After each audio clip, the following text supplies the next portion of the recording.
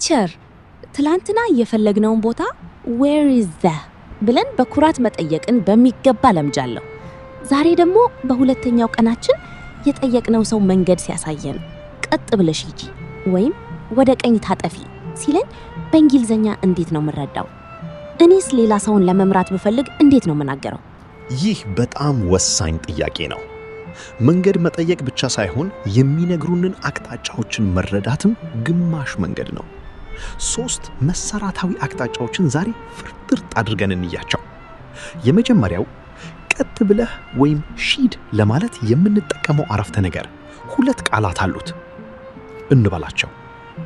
go straight በአንድ ላይ ሲነበብ go straight ይባላል።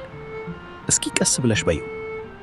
go straight go straight ትርጉሙ ቀጥ ብለህ ሂድ ማለት ነው ቲቸር? 100% ትክክል ነሽ። go ማለት ሂድ ሲሆን straight ማለት ደግሞ ቀጥታ ማለት ነው። እሺ ሁለተኛው ደግሞ ወደ ቀኝ ታጠፍ ፊ ለማለት የምንጠቀመው ነው። እሱም 2 ቃላት አሉት። turn right በአንድ ላይ ሲነበብ turn right ይባላል። እስኪ በዩ። turn right turn right turn ማለት መታጠፍ ነው።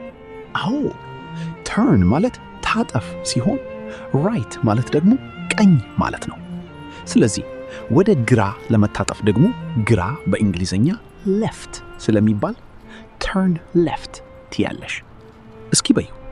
turn left turn left ዊ ቲቸር አቅጣጫዎቹ እንዴት ቀላል ናቸው። go straight ቀጥ ብለህ ሂድ፣ turn right ወደ ቀኝ ታጠፍ፣ turn left ወደ ግራ ታጠፍ። እሰይ በአንድ ጊዜ ያሻቸው።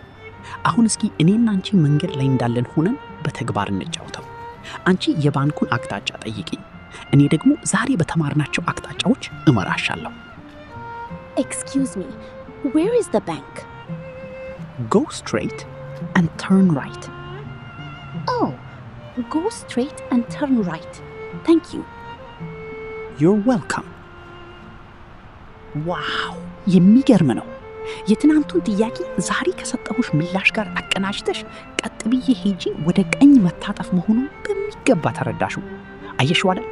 አንድ በአንድ ስንሄድ እንግሊዘኛ ጨርሶ አይከብድም።